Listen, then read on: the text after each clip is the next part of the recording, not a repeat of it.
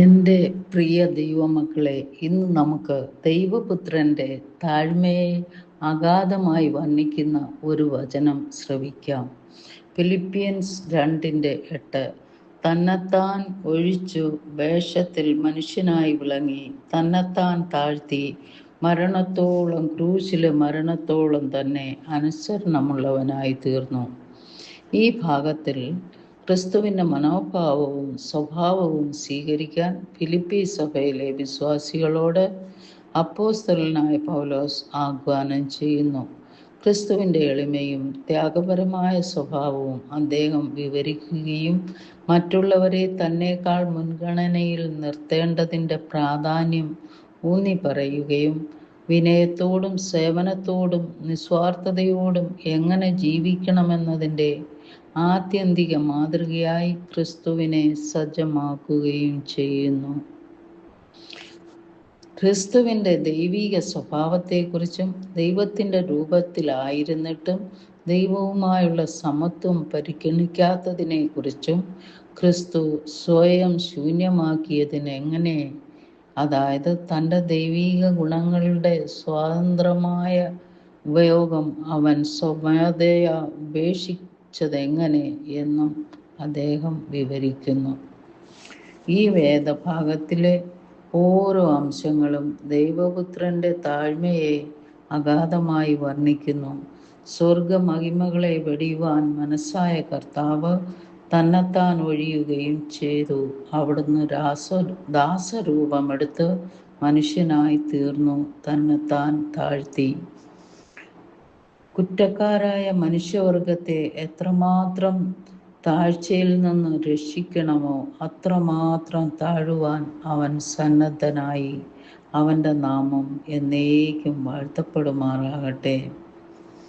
മരണത്തോളം, ക്രൂശിലെ മരണത്തോളം അനുസരണമുള്ളവനാകുമാറ് അവൻ താണു. അനുസരണത്തിൻ്റെ മറുവിലയായി അവൻ തൻ്റെ ജീവനെ ഏൽപ്പിച്ചു കൊടുത്തു. മരണത്തോളം അനുസരിച്ച എന്നതുകൊണ്ട് അവസാനത്തോളം അനുസരിച്ചു എന്നാണ് അർത്ഥം.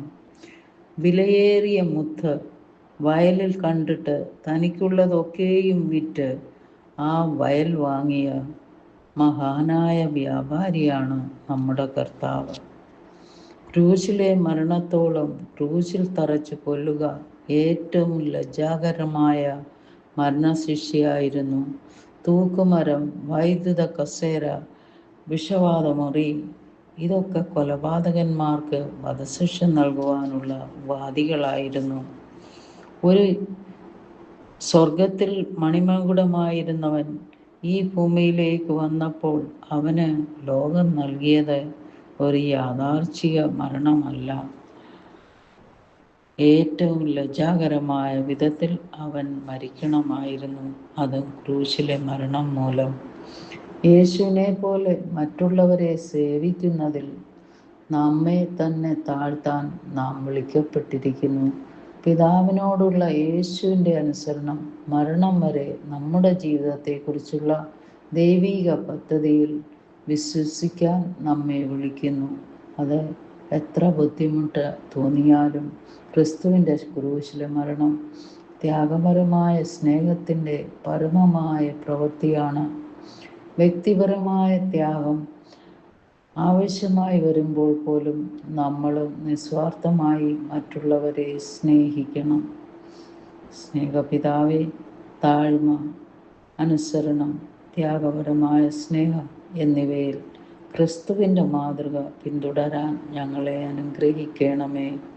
ദൈവത്തിൻ്റെ മഹത്വത്തിനും ക്രിസ്തുവിൻ്റെ നിസ്വാർത്ഥതയെ പ്രതിഫലിപ്പിക്കുന്ന മാനസികാവസ്ഥയ്ക്കും വേണ്ടി ജീവിക്കാൻ ഞങ്ങളെ സഹായിക്കണമേ. യേശുവിൻ്റെ നാമത്തിൽ തന്നെ ആമേൻ.